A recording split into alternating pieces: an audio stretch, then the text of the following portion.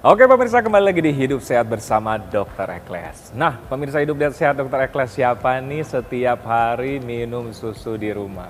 Ayo angkat tangan. Kita tahu bersama susu ini bagus banget untuk kesehatan tubuh.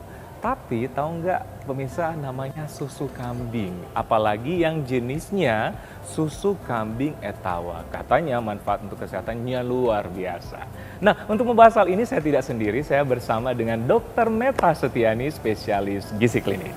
Apa kabar dokter? Sehat dokter, dokter Ekles apa kabar? Luar biasa ya. Baik. Kayaknya rajin minum susu juga nih Aduh. kayaknya.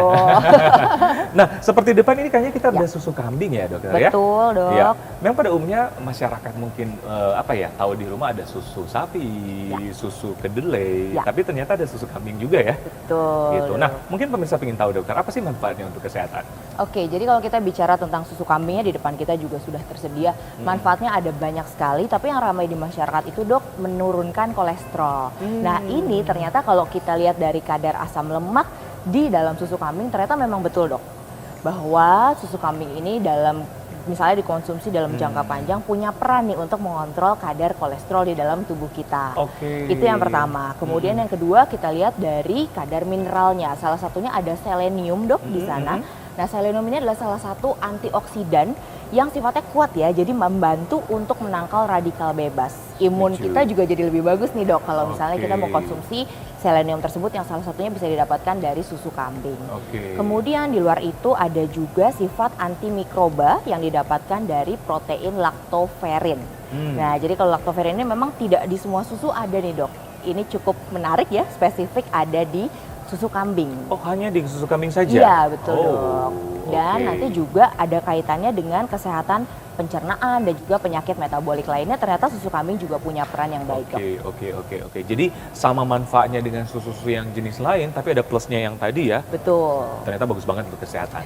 Nah, tapi katanya ada susu kambing yang jenisnya Etawa ya dokter ya? Ya, betul apa dok. kelebihannya dengan susu kambing biasa dokter?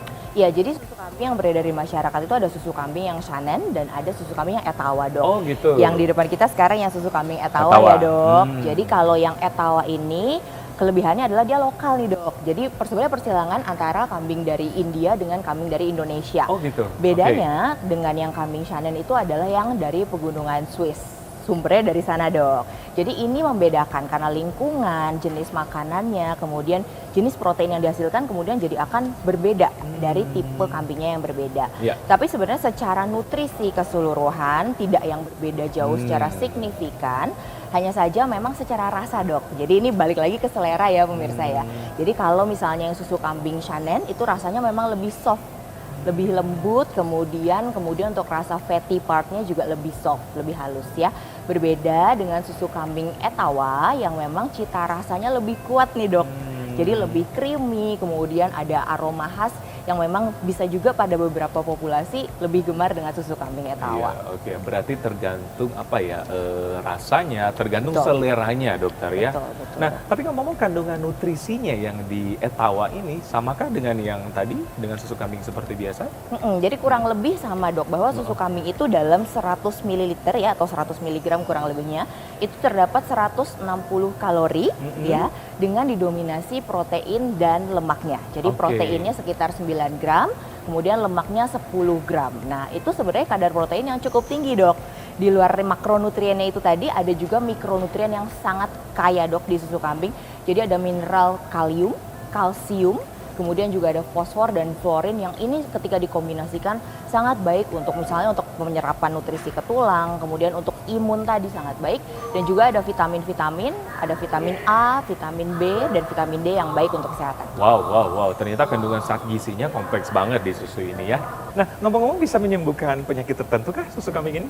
Apalagi yang jenis Etawa ya? Iya, jadi memang kan kalau kita bicara tentang makanan, kemudian ini sifatnya lebih ke arah suplementatif ya. Mungkin aku rasa dokter Ekles juga pasti setuju bahwa sifatnya tidak serta-merta menjadi terapeutik ya. Bukan yang menyembuhkan, tapi bisa membantu untuk kualitas hidup kita lebih baik lagi. Dalam rangka kita menjaga kesehatan kita, begitu dok. Setuju. Memang sebagai apa ya? Supporting. Betul. Atau suplemen kadang-kadang ya. Nutrisi spesifik. Ya. Setuju banget. Oke, ada yang bertanya nih, dokter Ekles katanya susu kambing, apalagi yang jenis Etawa nih, katanya berfungsi terhadap saluran pencernaan. Benar atau enggak? Jadi ini saya senang banget ya dok, karena ini menjadi penting. Ini adalah salah satu zat unggulan di dalam susu kambing. Jadi susu punya beragam jenis karbohidrat, tapi susu kambing khas spesifik karbohidratnya yang berjenis oligosakarida. Nah, oligosakarida ini di dalam tubuh kita berperan sebagai prebiotik atau sebagai sumber makanan Ya. bagi bakteri baik di usus kita dok, atau lactobacillus ya. Sehingga ini menjadi sangat penting untuk menjaga keutuhan dari dinding-dinding sel di usus kita, dan juga bahkan bisa menekan tingkat peradangan di dalam usus dok. Jadi sangat menjaga kesehatan pencernaan. Iya. Memang kan harus seimbang kuman yang baik di dalam tubuh sama kuman yang tidak baik harus seimbang ya. Patogennya ya dok. Patogennya ya, dan apalagi probiotik dan prebiotik ya. Jadi bagus banget untuk pencernaan ya. Gitu. Berarti bisa disarankan minum tiap hari nih dok? Kalau tiap hari boleh aja dok, selama apapun itu kan kita konsumsi tidak berlebihan ya, sehingga sarannya adalah satu harinya 1 gelas hingga maksimal 2 gelas masih boleh nih dok, karena kan kita pertimbangkan bahwa masih ada juga asupan nutrisi dari makanan padat dan yang lainnya. Iya, jadi jangan tiap 2 jam ya? Iya, ntar kayak bayi ya dok. Kayak bayi, jadi 1 kali sehari atau jika diperlukan 1 sampai 2 gelas per harinya. Oke, setuju banget. Nah, ternyata juga selain sistem pencernaan, kita tahu bersama kan susu bagus untuk tulang ya? Ya, termasuk betul, susu kambing ya? Termasuk susu kambing dok, betul. Jadi kandungan magnesium dan vitamin D di dalam susu kambing ini kadarnya tinggi, bahkan dalam beberapa penelitian hasilnya lebih tinggi dari susu sapi dok. Oh gitu? Begitu, sehingga jadinya kalau dua hal tadi, magnesium dan vitamin D dikombinasikan, ini akan sangat baik untuk membantu pertumbuhan tulang. Jadi memang cocok juga sebenarnya untuk menjadi selingan konsumsi bagi anak-anak dok. Oh setuju banget, karena bagus untuk tulang, otomatis pertumbuhan betul, juga di dalamnya ya? Betul, juga dok, karena dapat mencegah osteoporosis ya. Oke, setuju banget. Nah, ada nggak kontraindikasi atau bagi siapa yang tidak bisa mengkonsumsi susu kambing ini, dokter? Oke, jadi sejauh ini dalam penelitiannya untuk reaksi alergi, itu kan yang kita khawatirkan ya dok ya, banyak sekali populasi kelompok yang alergi terhadap susu begitu. Justru reaksi alergi di susu kambing ini lebih rendah tingkatnya, karena jenis proteinnya yang berbeda. Jadi memang ini tipe susu yang lebih mudah diserap oleh tubuh, jadi kita bilang digestibility-nya lebih tinggi. Kemudian juga jadi tidak ada populasi spesifik yang dilarang atau menjadi kelompok kontraindikasi untuk konsumsi susu kambing. Ya, berarti aman-aman saja ya. Otomatis ada ataupun ada keadaan alergi tertentu itu ya yang memang tidak dianjurkan mungkin yang ya. memang alerginya dalam tingkat yang berat mungkin ya dok untuk protein susu, tapi di luar itu justru reaksinya lebih ringan. Nah, dokter, ini mungkin menjadi pertanyaan pemirsa di rumah nih. Kan sekarang berbagai jenis susu nih, ada susu kambing, susu sapi, atau susu kedelai, ataupun susu yang lainnya. Bisa dikombinasi nggak? Misalnya, oh saya pagi minum susu kambing, malamnya saya minum susu sapi, atau ada dilarang atau gimana dokter? Ya, jadi sebenarnya untuk kombinasi boleh saja dok, karena justru akan memperkaya nutrisinya ya, semakin bisa bervariasi tanpa adanya efek samping yang dirasakan oleh yang mengkonsumsinya, tentunya nggak ada masalah dok. Jadi tidak ada masalah ya? Daripada tidak sama sekali ya? Betul. Oke, terakhir nih dokter, untuk pemirsa hidup saya Dr. Ekles, apa tips untuk kita mengkonsumsi apalagi susu kambing etawa yang baik dan benar dan bermanfaat untuk kesehatan? Baik, kalau kita bicara gizi tentang yang pertama jumlahnya ya dok. Jadi untuk sarannya konsumsinya adalah 1 gelas per hari ya, atau maksimal 2 gelas per hari masih diperbolehkan ya. Secara jumlah seperti itu. Kemudian misalnya tadi mau dikombinasikan dengan susu yang lain boleh saja. Kemudian misalnya yang sangat peka terhadap laktosa, pada prinsipnya seluruh susu hewani mengandung laktosa. Tapi susu kambing kadar laktosanya lebih rendah. Kalau yang ingin lebih rendah lagi, dapat diubah menjadi dalam sajian olahan produk susu kambing. Misalnya seperti yogurt, atau puding, atau keju susu kambing, itu kadar laktosanya lebih rendah.